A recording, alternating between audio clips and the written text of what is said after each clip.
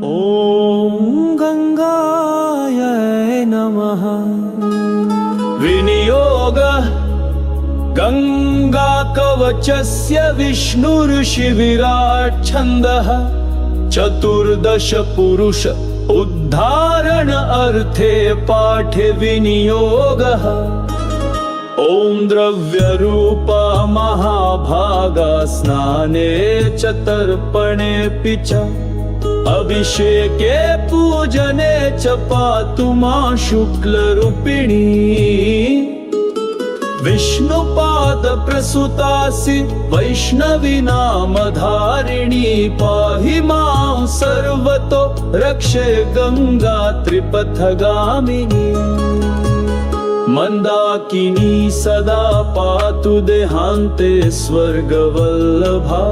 अलकनन्दा च वामभागे पृथिव्यां यातु तिष्ठति।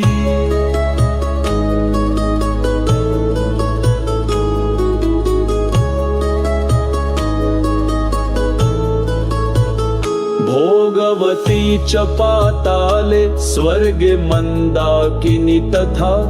पञ्चाक्षरमिमं मन्त्रं यः पठेत् शृणुयादपि रोगी रोगात् प्रमुच्येत् बद्धो मुच्येत् बन्धनात्। गुर्विणी जनयेत् पुत्रं वन्ध्या पुत्रवती भवेत्।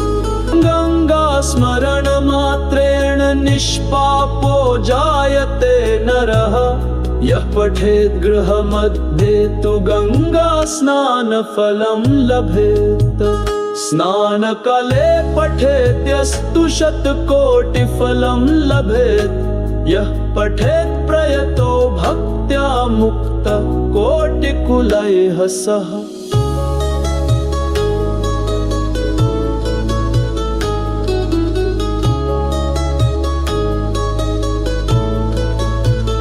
ॐ द्रव्यरूपा महाभागा स्नाने च तर्पणेऽपि च अभिषेके पूजने च पातु मां शुक्लरूपिणी। विष्णुपाद प्रसूतासि वैष्णवी नामधारिणी। पाहि मां सर्वतो रक्षे गंगा त्रिपथगामिनी। मंदाकिनी सदा पातु देहान्ते स्वर्गवल्लभा। अलकनन्दा च वामभागे पृथिव्यां यातु तिष्ठति।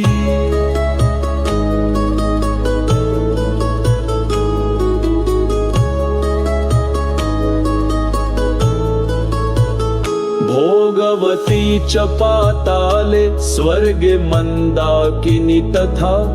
पञ्चाक्षरमिमं मन्त्रं यः पठेत् शृणुयादपि रोगी रोगात् प्रमुच्येत् बद्धो मुच्येत् बन्धनात्। गुर्विणी जनयेत् पुत्रं वन्ध्या पुत्रवती भवेत्। गंगा स्मरण मात्रेण निष्पापो जायते नरः। यः पठेत् गृहमध्ये तु गंगा स्नान फलं लभेत्। स्नानकाले पठेद्यस्तु शतकोटिफलं लभेत्। यः पठेत् प्रयतो भक्त्या मुक्तः कोटिकुलैः सह।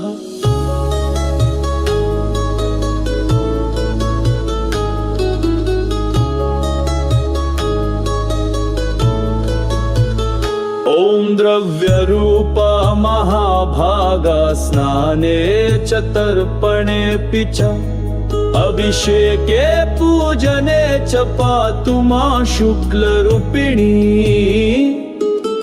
विष्णुपाद प्रसूतासि वैष्णवी नामधारिणी। पाहि मां सर्वतो रक्षे गंगा त्रिपथगामिनी। मंदाकिनी सदा पातु देहान्ते स्वर्गवल्लभा। अलकनन्दा च वामभागे पृथिव्यां यातु तिष्ठति।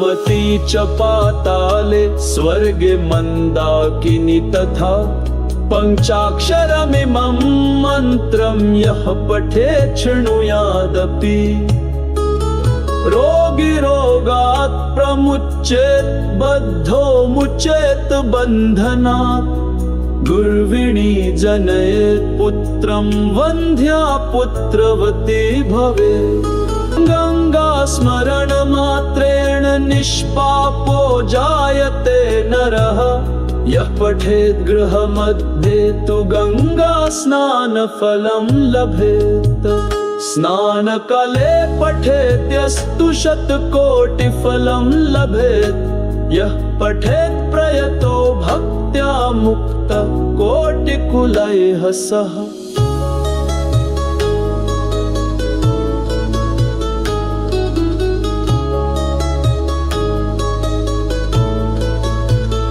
ॐ द्रव्यरूपा महाभागा स्नाने च तर्पणेऽपि च अभिषेके पूजने च पातु मां शुक्लरूपिणी विष्णुपाद प्रसूतासि वैष्णवी नामधारिणी पाहि मां सर्वतो रक्षे गंगा त्रिपथगामिनी मंदाकिनी सदा पातु देहान्ते स्वर्गवल्लभा अलकनन्दा च वामभागे पृथिव्यां यातु तिष्ठति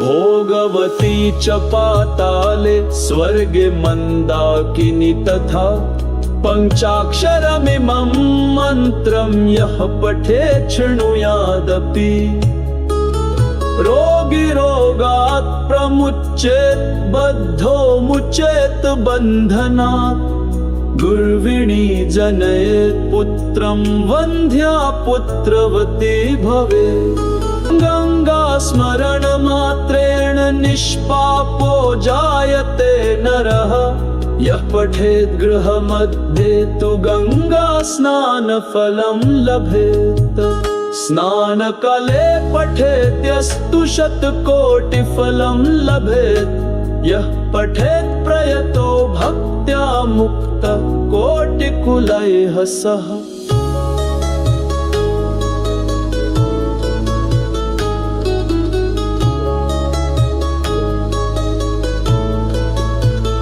ॐ द्रव्यरूपा महाभागा स्नाने च तर्पणेऽपि च अभिषेके पूजने च पातु मां शुक्लरूपिणी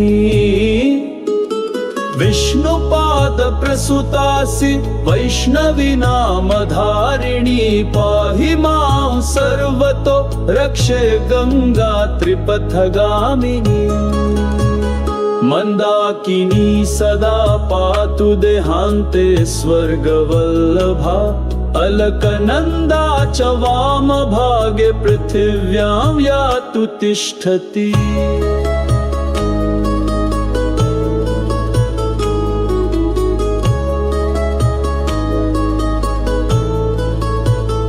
भोगवती च पाताले स्वर्गे मन्दाकिनी तथा पञ्चाक्षरमिमं मन्त्रं यः पठेत् शृणुयादपि रोगी रोगात् प्रमुच्येत् बद्धो मुच्येत् बन्धनात् गुर्विणी जनयेत् पुत्रं वन्ध्या पुत्रवती भवेत् गंगा स्मरण मात्रेण निष्पापो जायते नरः यः पठेत् गृहमध्ये तु गंगा स्नान फलं लभेत् स्नानकाले पठेद्यस्तु शतकोटिफलं लभेत् यः पठेत् प्रयतो भक्त्या मुक्तः कोटिकुलैः सह